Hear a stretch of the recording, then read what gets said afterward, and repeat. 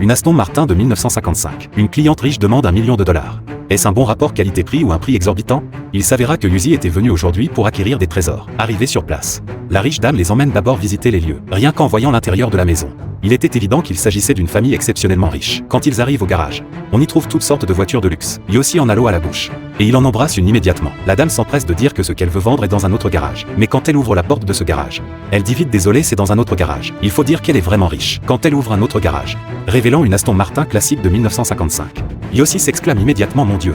C'était un véritable bijou. Autrefois conduit par James Bond lui-même dans 007. Sans aucun doute l'une des voitures les plus emblématiques jamais construites. Il jure qu'il doit l'acheter aujourd'hui. Ensuite, Yuzi lui demande pourquoi elle veut la vendre. La dame dit qu'elle veut acheter une île pour son mari de 70 ans. Cette déclaration stupéfie même Yuzi. Selon la riche femme, sa famille possédait plus de 80 véhicules et des résidences partout dans le monde.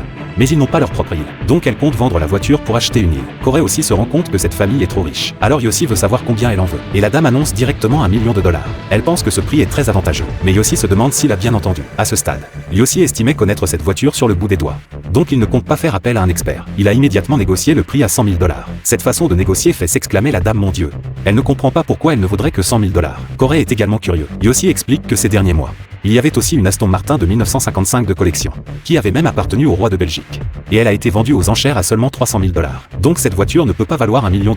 La riche femme lui dit d'arrêter de dire des bêtises, et de lui faire une offre maximale. Yuzi trouve que la voiture est effectivement très bien conservée. Donc son maximum est de $250 000, contre toute attente. La dame accepte immédiatement la vente. C'était une sacrée augmentation de valeur.